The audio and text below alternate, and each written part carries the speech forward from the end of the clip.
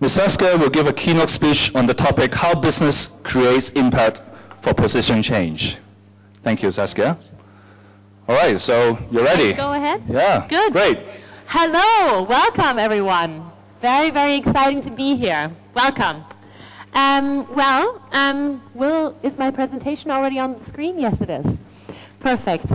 It is an incredible honor to be here today with all of you, with such an exciting audience. I've been hearing who's all here, and it seems to be quite a powerful group, so very honored to be speaking here and be your keynote speaker. And what will I be talking about today?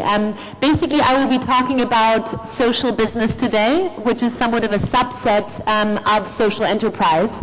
And I will be hopefully giving you some ideas of what can be done in Hong Kong, but mostly I will be talking about examples of work that we have done in other places around the world.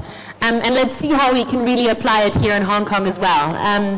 I will, on the one hand, speak about what is social business exactly. I'll also mention a few examples of social business. I will say exactly what do we do at Yunus Social Business, which is the company that I co-founded together with Professor Yunus and where I'm also the CEO. And finally, I will lead over into talking a little bit about how Hong Kong could become a social business city. So let's say hopefully people from the, executive secretary will also hear a bit of it. Unfortunately, she just had to leave, but I'm sure that there will be other people that will take it up as well. Good. So why don't we jump into it right away? And I'll start with some of the, let's say, bad news, which is the current situation in the world. But I will not stay there very long because this is really more about solutions, about how can we solve some of the challenges rather than talking too much about the problems. But I will remind us of some of the points. So what happened on in October 2011? I think most of you will know. The 7th billion baby was born in India, supposedly. You never know if it really is true, but 7 billion people are on Earth now. Actually, probably a few more by now. And the interesting thing is 7 million are here in Hong Kong, 7 billion are in the world. And the interesting thing is that of that, unfortunately, about 1 billion really live absolutely below the poverty line, or actually on $1 a day, less than $1 a day.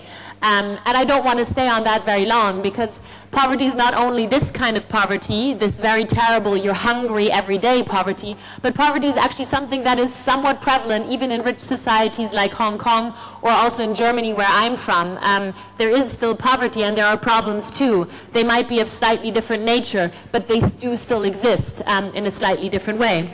And so who's supposed to solve these problems? Some people, especially from societies like mine in Germany, say, oh, the government should do it. We have a social welfare system, etc. The government can take care of it. But we've seen, especially now, in the financial crisis that's going on over there in Europe, the governments are failing in part, or they certainly do not have the capacity to take care of all of the problems, and they probably also shouldn't take care of all of the problems. At the same time, maybe the financial institutions. I'm from a city, Frankfurt, which in Europe is a strong financial center, not as strong, of course, as Hong Kong. But also, of course, you know, I mean, this is something that everyone is aware of. Financial institutions have also not necessarily done the best job over the last few years in terms of a responsible capitalism that we probably all wish for. Also the general business community, people are asking, there's a study conducted in Europe saying that over 60% of people do not believe or trust in the business community that they're actually there to do something good, which is actually crazy, because if you think about all the jobs, etc., that the business community creates and how it fuels the economy, it should actually be a contributor to society. And then finally, of course, the institutions of development are being questioned. Do NGOs do their job? There have been issues of corruption here and there, and so on and so on. So somehow you can see everyone is being criticized from every side. All different types of institutions and pillars in society seem to have their own problems. So what's the conclusion? Let's stop talking about the negative thing. Obviously, we need to work together. That is nothing too crazy and out there. Specifically, we believe that single citizens, every single person can do something. It's not about saying, oh, well, my institution does something, or I don't know, the NGO that I'm affiliated does something. It's actually every single person can do something if we just believe in it. And I think that's the major takeaway from my dark description of where the world is right now. We can all do something, and that's the exciting thing about social business. It's something so simple, you can start so small, but eventually it can have a major impact. And I will talk about one specific single citizen that actually about 40 years ago did take the decision to do something. He was a university professor, and many of you know him, Professor Yunus. He decided that he wanted to do something for society. And so, yeah, I mean, one of his quotes, for example, here is that he believes that we can create a poverty-free world, and that we can create a world where poverty is something that kids only find in museums. It might sound a bit naive or weird to most people if they have not heard this quote before, but at the same time, maybe we all agree that poverty is actually something that's man-made. It's something that we impose on ourselves. It's something that somehow the system we've created, I guess, imposes on ourselves. And so basically, after microcredit, which I guess most of you will know if you're interested in the whole social business, social enterprise sector, has been an international revolution, I would say. It started in Bangladesh and in some other places, but it is something that has really been all around the world nowadays in very good forms, and also sometimes in criticized forms. But microfinance is, of course, what Yunus and Grameen is known for the last 40 years, and that's also why Yunus and Grameen received the Peace Nobel Prize. But from microfinance, he took the idea of how can we solve problems in a financially self-sustainable way. It's not about taking donations and giving them out, because he said and decided back then for himself, he didn't want to be dependent on some rich donor, either within Bangladesh or maybe an international development agency. He said, we're strong enough, we can solve our problems on our own. And so he said, why can't we also apply this model of doing things in a self-sustainable way to other problems? So when he and his employees went around in the villages in Bangladesh, they started noticing, they don't only have an issue with access to finance, they actually also don't have healthcare. Healthcare is not solved. They don't actually have institutions that take care of them when they give childbirth, etc. Oh, interesting, they don't have access to energy. Maybe what can I do to actually solve that problem? Because there's not a grid in Bangladesh. Over 80% of the people live in rural areas, and there's not an electricity grid that you can use on a normal basis. So basically what he said is, why not create a business that's not based on personal gain, on personal financial gain, but one that is based on, he calls it selflessness. Based on doing something for others, but not in an NGO way, doing a business for others. And that is, I think, that's the idea that he's put out there and that he's promoting now all around the world. And I'll let him speak Social very businesses briefly. are companies that give priority to social, ethical, or environmental objectives. They often employ disadvantaged people and contribute to our economy by creating fair and sustainable growth. A social business is a new kind of business which is dedicated to solving problem rather than make money. It's a non-loss, non-dividend company with a social objective.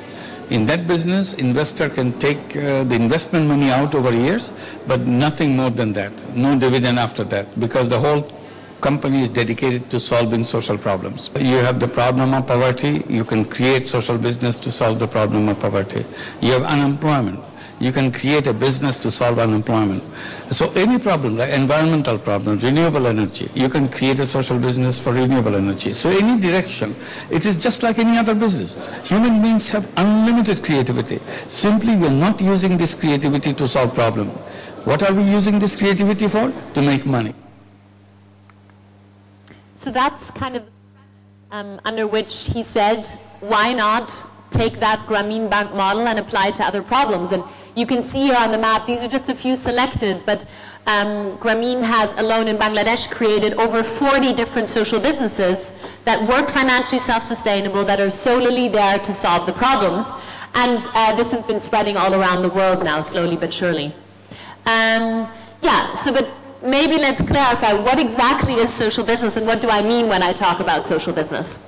Yeah, very clearly, a social business, and I know that you're all a very experienced audience, but I know in the field there are many different words flying around: social business, social enterprise, CSR, responsible business, and I just want you to know what I mean when I'm talking about that specific thing. So first of all, a social business has a clear social mission. So the sole focus of this business, the goal of this business, instead of profit maximization, like in the normal business world, is some kind of a social aim that it has.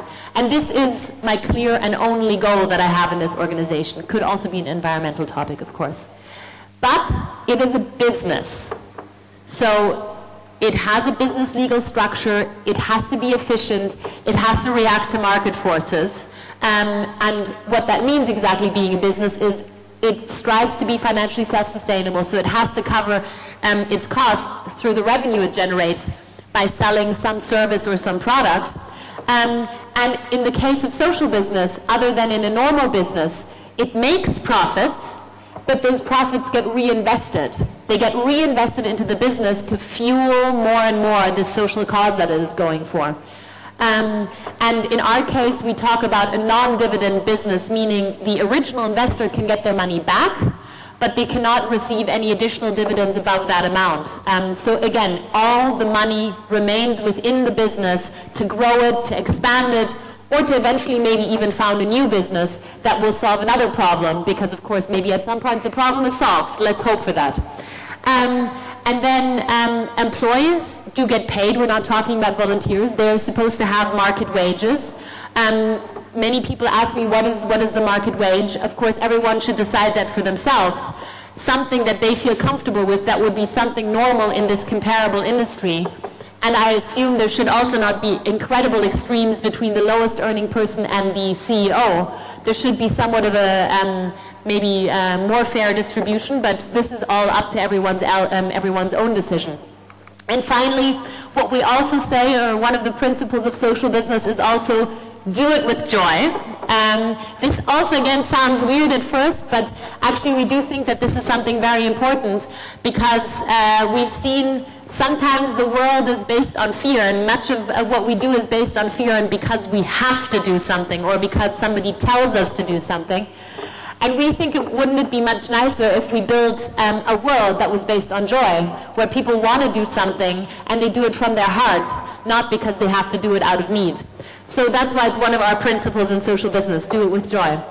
So in some ways, this is a very simple and basic slide. You see on the one hand, the business world, with the clear end of profit maximization, and the means doing it in a financially self-sustainable way by generating revenues to cover the costs. That's the one side. That's the one world that we already know. And then on the other side, we have the NGO sector, the governmental sector, kind of the public sector, that clearly in terms of a goal has a social orientation. They want to solve a problem. In terms of their means, how do they do it? In terms of government, it might be tax collection. In terms of NGOs, it will be donations. So this side is not really financially self-sustainable. It always needs to go to someone and say, please give me money for the services I do, rather than providing services to their customers directly.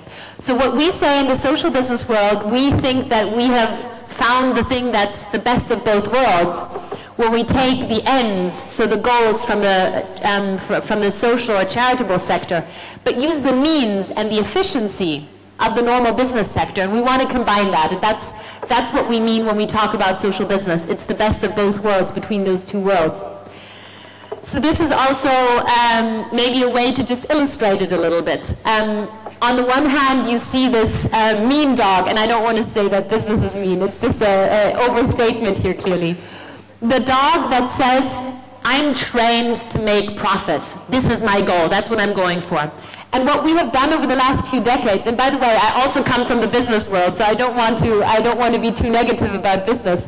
But what we have done is we've trained that dog to go get the money. That's what we've done. And that's what this dog has become. More efficient, more lean, faster, can bite better, and so on. That's what we've gone for. And at the same time, we could use that same dog, we could use the same animal, also business, but actually make it do something that is useful for society at large. And in this case, it's a guide dog that helps blind people over the street. So just thinking again, we use the same tool, the exact same tool, but we use it in a different way. We infuse it with a slightly different DNA.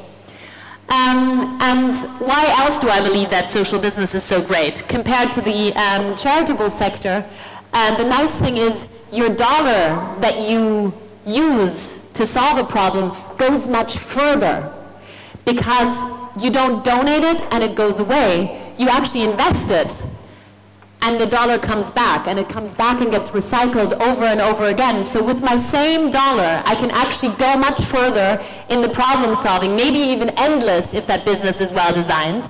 And that's the exciting thing, this multiplier effect. So anyone that invests can also think about why can I not put my money into a social business that reinvests this money. So just putting it into the larger context, the y-axis is kind of the legal structure. Is it a for-profit company or is it a non-for-profit company? And the x-axis is my motive, or what do I actually do with my profit or the money that I get at the end of the year. And so on the one hand, you see in the one corner over there, you see profit maximizing businesses that have the idea of shareholder value maximization. They're clearly for-profit companies, and they're also for-dividend companies. So they want to maximize the amount that not only the company makes, but that also shareholders can take out of it. And then on the other side, we have the social business that makes profit. It's a for-profit company, but it actually doesn't extract profits out of the business. The profits get reinvested to serve the social purpose. And then we have many other organizations like hybrid nonprofits that do nonprofit work, but also some revenue generation. And then we have full nonprofits that fully are based on donations, etc. So just for you to see the whole spectrum, and there are many other words out there, but I think that helps you to put it into context a little bit. Yeah, our 7 principles of social business just summarized again. Social business is not a topic that's crazy anymore. It's something that, as we can see, I don't know, I think there are 900 people around here. A lot of very serious organizations, institutions, and people are interested in nowadays and see as a possible tool to solve social challenges. And one of those organizations in this case is, for example, the European Union that has launched an initiative in 2011 a social business initiative. They want to support social business in the European Union as a tool to solve problems within the European Union. So also a very developed context comparable to here in Hong Kong. They have currently provided several things. On the one hand, they're providing financing. This is a very small amount at this stage compared to what we see is being used for the bailout funds. But it is a start. It shows that the European Union is meaning it seriously. And next to the funding that they're providing, they're also trying to create suitable legislation. And they're also trying to create awareness for the topic. So the European Union is really trying to move that ahead, and this is maybe also a similar role that the Hong Kong government can take to actually promote and make this a very interesting and strong sector, maybe a 4th pillar here also in the Hong Kong economy. And yeah, here's Barroso, our EU Commission President. An important one. The Commission's guiding objective is to create the right environment for social businesses in all the diversity of legal forms and status across our member states, to foster their growth and development across Europe, to untap some of the massive potential that they represent for Europe's future prosperity, all while ensuring that social enterprises can uphold their fundamental values of sustainability, inclusiveness, and solidarity. So this was Mr. Barroso, who's the EU Commission President, just speaking about the initiative while it was launched last year. So it's not only the EU, it's also the UN, for example, in general.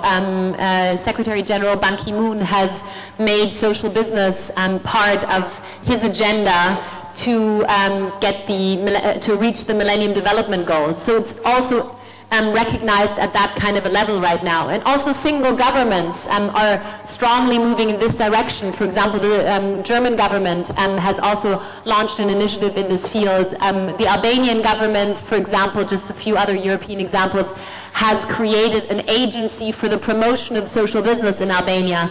And also UK and other governments have been very, very strong in that direction because they really sensibly believe that this is an option not to replace the role of government, but to add to it and to basically join in there where the market fails and where government has failed to solve some of the problems.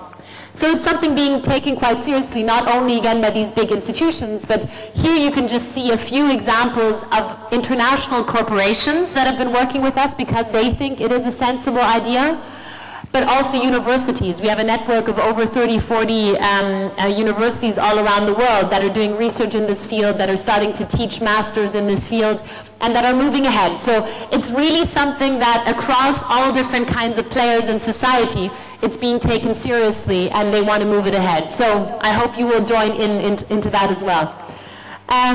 Yeah, and now having given the context, having defined what social business is, I'd just like to mention very briefly what we do at Yunus Social Business, just so you understand what I do on a daily basis. So as I already said, our company, we are a company ourselves, a social business ourselves. We were founded by Mohammed Yunus and another person and also me. Our goal is to help create social businesses internationally. We do that on the one hand through advisory services. So we travel with Professor Yunus around the world, and whenever there's somebody that's interested in social business, we come along and help them really get something off the ground and start a new initiative, a new fund, a new social business joint venture, a new center at a university. So we basically provide services and help on that one front. And on the other hand, we also set up social business incubator funds, as was already mentioned at an earlier stage. And what we do is these funds, on the one hand, incubate, and on the other hand, finance emerging social businesses. So what the incubator does is they run around the specific country where we're active, and they talk to different players, universities, again, corporations, entrepreneurs, existing NGOs, and say, that initiative looks interesting. Can't we maybe help turn that or transform that into a social business? Sometimes even we start initiatives completely from scratch, but often we try to actually use existing things and turn them into social businesses, or use specific knowledge that somebody has to turn it into social business. And what the incubator does then also is they help the organization with business planning, with specific capacities that they might not have, if they need technical assistance. We also help them with our network, so we give them access to our national but also our international network until they really are, let's say, investment ready. And then our fund comes in, and the fund gives both debt and equity to those social businesses. They do their work, become financially self-sustainable, and then slowly but surely they start repaying the money back into the fund, which is a revolving fund. So that same dollar again gets reinvested into a new social business, and up again, and into a new social business, and up again. So it's really a cycle that's happening there. And where do we get the money from? We get the money from, on the one hand, donors, so people that say, I want to make my donation, that's fine, but I want it to be invested in an efficient way, so that's one source of capital. And then we also have philanthropic investors that say, here's my money, you can have it for 10 years, I want it back in 10 years, but in those 10 years it can go to work and actually do something sensible. And that's the other source of capital, and that, of course, we repay after these 10 years of investment. So this is very roughly how our model works. We have these kinds of funds currently in these countries. In Haiti, we started, in Albania, Togo, Tunisia, and Brazil. These are the places where we have these kinds of funds and where we do those activities of the incubator fund right now. Maybe one day in Hong Kong, we will see. Yeah, and these are a few, again, partners and companies and organizations that we've consulted over the last few years or helped to create joint ventures with Grameen with, just to give you a little bit of an overview of our full kind of business spectrum. But I think that's enough in terms of introduction. Now let's get into examples, because I think that's what's the most important thing. Learning by example is the most sensible thing. And the first one I'd like to talk about is the joint venture that we created about 6-7 years ago with Danone. Everyone knows Danone, I guess. It's a yogurt and water company based out of France. And they have decided to do something quite interesting. Some of you will know it, but still I think it's an interesting case. So I'll show you a short film again that will give you a visualization about what I mean. I met the chairman of Danone in a chance meeting, and we were discussing, and I suggested to him, why don't we create a Grameen Danone company in Bangladesh? He said, to do what? I said, to produce yogurt. He said, your yogurt is very delicious. I said, for a special purpose. We can produce yogurt to address the problem of malnutrition among the children of Bangladesh. We take all the micronutrients which are missing in the children, put it in the yogurt, and make it very cheap so that the poorest children can afford it and eat it. There are millions and millions of children in Bangladesh who are malnourished. Experts tell us that if a child eats 2 cups of these yogurts per week and does it over a year, he or she will regain the full health.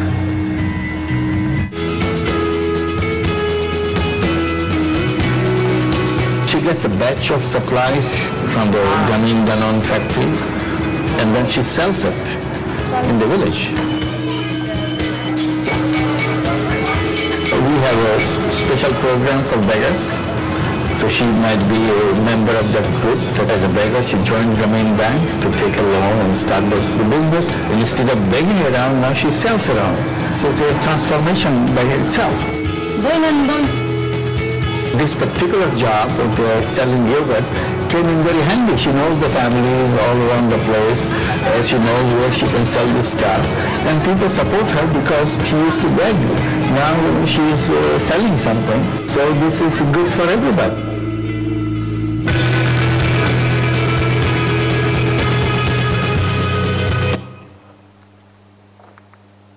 Good, just as a quick example. So yeah, CEO and Yunus met and decided, let's do this crazy thing. They said, why not take that difficult problem of malnutrition, especially of kids under the age of 5 in Bangladesh? Because as many of you might know, depending on how your brain develops until the age of 5, depending on what kind of nutrients you eat, that will have an impact on your life. Because if the connections, the synapses are not made at this early stage, you will have a lower IQ for your lifetime, which is something that is believed to not be reversible. And so this is the product, a very, very simple yogurt product. It costs around 6 taka, which is about 6 euro cents, so very, very affordable. It has a lot of micronutrients and vitamins to make sure that those kids grow in the way that they need to. And actually an independent study by GAIN, the Global Alliance for Improved Nutrition, has found out that if the kids eat the yogurt regularly, there are 2 effects that were absolutely unheard of before. On the one hand, the kids regain their intelligence, so the connections between their brain cells, which is something that they didn't think was at all possible. So this is being reversed. And on the other hand, another effect of malnutrition is stunting. So you don't grow as fast as you should. And that's also another effect that they've seen is actually reversible. So GAIN was absolutely impressed by all of this, and they've seen that it has a major effect. So it's not just a nice little story. It's actually something that has a real major social impact.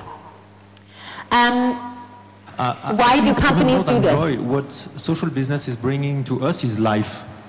It brings life into the company because it brings society, social problems, issues, the world problems in the company and in everybody's mind and everybody's hearts in the company.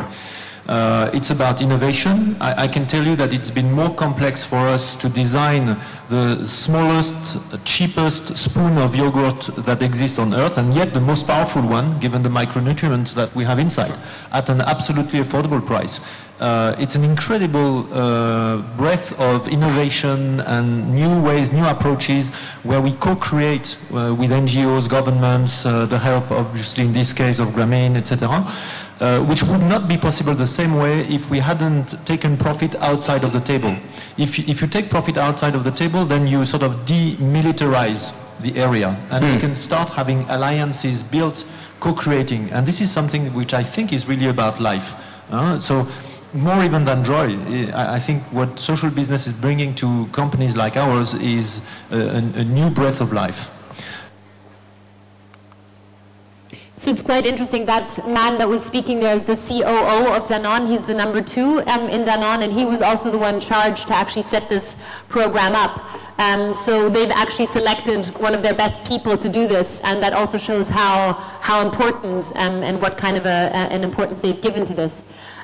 Next to innovation, what many other companies have also mentioned to me is employee motivation. Young people do not want to just work for any old corporate anymore. They want to feel some kind of an identification. They want to say, this is why I'm doing it. It's not anymore, I'm just doing it to actually earn my money and earn my salary, but they actually want to identify with that corporation. So that's another reason. Of course, many other reasons. Of course, you can argue PR and finding new markets and so on. These are also, of course, motivations that corporations have. But I think innovation, which is one of the things that Emmanuel Faber was just mentioning, is certainly a very, very important thing, because suddenly you do not look at your company anymore from the perspective of how can I make the yogurt that I'm going to earn most money with, but I actually think how can I produce a yogurt that is actually going to serve society best, which is a fundamentally different approach, because researchers in your R&D departments have actually never asked that question. They've never been asked that question. So they've always delivered on a completely different question. And so that goes back again to that example with the 2 dogs that I showed earlier. It's the same dog, it's the same thing, it's the same business, but it's just ruled by a different assumption, it's ruled by a different premise. And that's why it's so powerful in my eyes. So Danone didn't stay with that, oh, time is up, okay. Danone didn't stay with that one social business. They have gone much further. They've created the Danone Communities Fund and have now invested in social business in 10 different countries. Since the time is up, I'm going to go very fast through a few more examples, so you actually hear a bit more about that. Grameen Shakti, for example, is a homegrown social business in the Grameen family that has sold over 1 million solar panels to rural Bangladeshis. It's a very, very successful and really big business with about 11,000 employees. So we're talking about big business. It's not just some little grassroots initiative. It's something quite serious. We set up a joint venture with BASF, the largest chemical company in the world, and they sell and produce treated mosquito nets in Bangladesh, again for the rural population. We set up a joint venture with Veolia Waters, a French utility company. Bangladeshi water is arsenic contaminated. They treat and sell clean water throughout Bangladesh. We've set up a joint venture with a Japanese company, Uniqlo. What they do is they produce and sell affordable clothing, including things like sanitary napkins to women in the Bangladeshi villages. There are also other Japanese companies like Watami, like Yukigune Maitaku, with whom we have similar joint ventures. Yeah, and I think I'll jump really quickly through this. I've talked about many examples of developing world nations, but I would clearly argue that social business is something that's just as applicable in countries like Hong Kong or Germany or other places. The only difference is that we have slightly different problems, and you can see them there. I won't mention them now anymore. But otherwise, it's pretty much the same thing. Maybe the other difference is, whereas in Bangladesh, we're talking about the majority that actually doesn't have access to certain services. In a country like Hong Kong, the majority does have access to healthcare and basic services. So we're more targeting the minority. That might be another thing to think about. And I'll just jump through these things here. I will also jump through Dialogue in the Dark because when I made this presentation, I didn't know that it's one of the most popular social businesses here in Hong Kong. But it is, and it is very international. It was actually founded by a German guy who's a good friend of mine.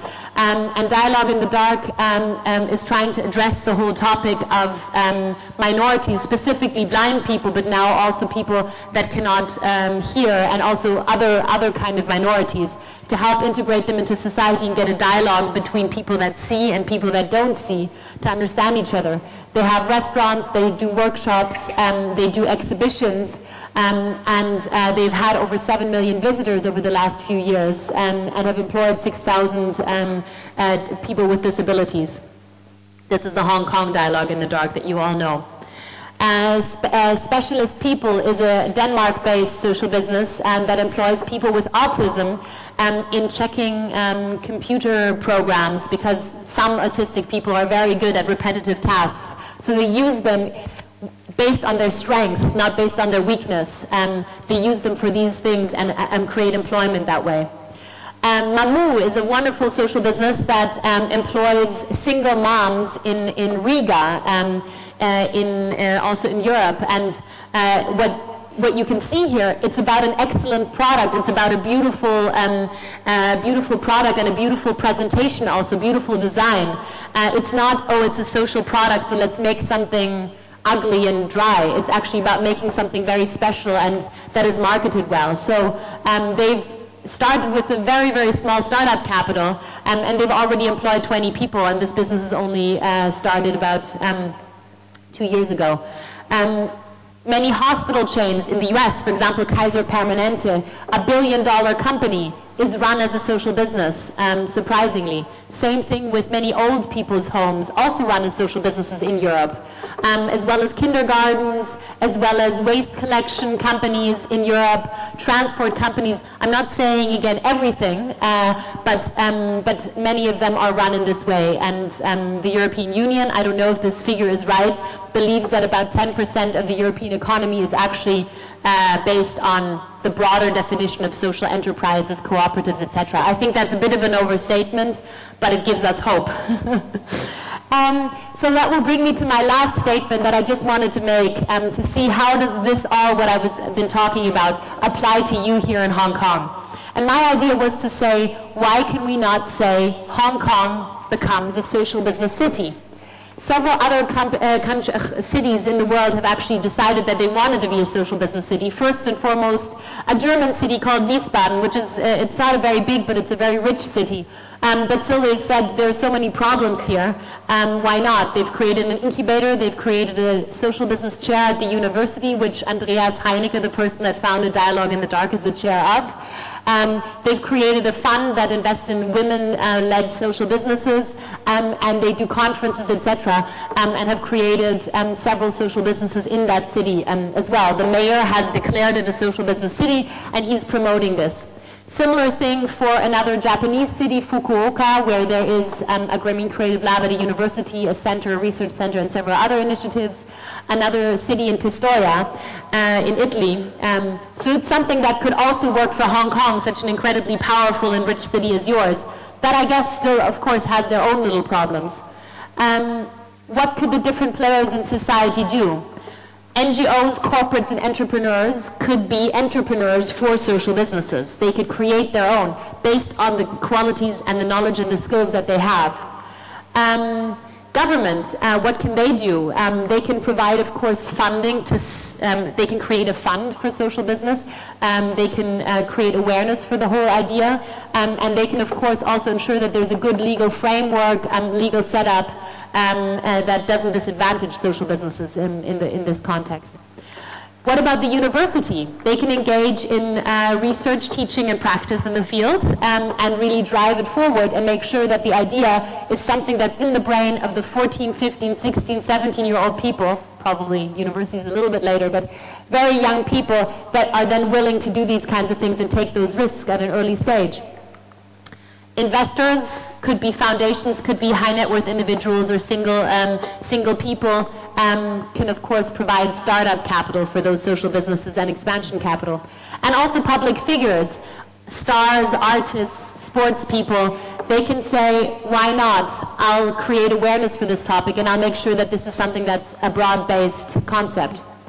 So why not create a social business city in Hong Kong? I hope that you will find many people that would be interested in that. And from Hong Kong, we can maybe take that into a broader world. Thank you very much for your attention.